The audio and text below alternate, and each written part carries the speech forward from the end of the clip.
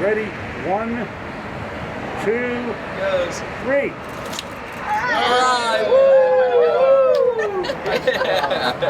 So we're excited to open in Boardman. We've been working with individuals with healthcare for 33 plus years as the partners, and this is our newest office in Ohio. So we're glad to have a storefront in the community of Boardman. Our mission is really to help individuals with benefits that matter most, and I think seniors are definitely a big part of helping individuals. There's a lot of confusion out there as far as Medicare and how it works, and from the Part A's to the Part B's and all the plans. So it's just part of what we want to continue to help individuals with their questions and what they need. Have you seen more questions arise over the last 6 months than maybe in previous years? I think the questions are pretty much the same as far as what they've had over time, but I think some of the concerns about the future have increased, the calls that we get. So while the questions remain the same, I think there's a more frequent amount of questions and concern about the future. So a lot of them, especially nowadays, they seem a little bit more nervous than they used to be. I think with things changing all the time, new laws and regulations that are coming out, and obviously with things that happened with COVID this year, that really did impact a lot of the seniors where they were unable to get to most of their doctors. Maybe like some prescriptions were able to be accessed for them at the time. So I think some of the biggest things coming from them is just trying to make sure that we're navigating that for them, making it easier and clear for them to understand. So my biggest thing for them is if something happens, you make sure you call me.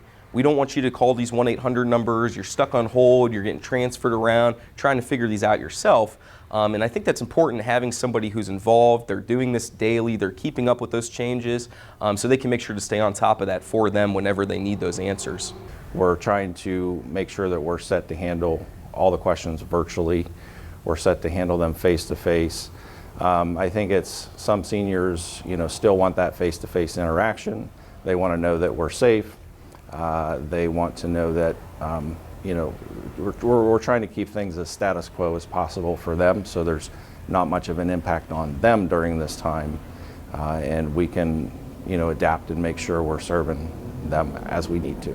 We're doing curbside consults as well too, so anybody who, they do like that face-to-face interaction, they could pull right up to the front door. We're able to come out with a little desk and laptop for you. You get to stay in the comfort of your car, and we'll be able to help you right there on the spot. So we're trying to be as flexible as we can. Kind of like you mentioned, they really like that face-to-face interaction still.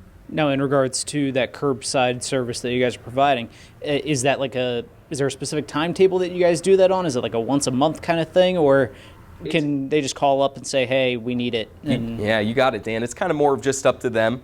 So again, just trying to be very flexible and adaptable, because obviously everybody's needs are different.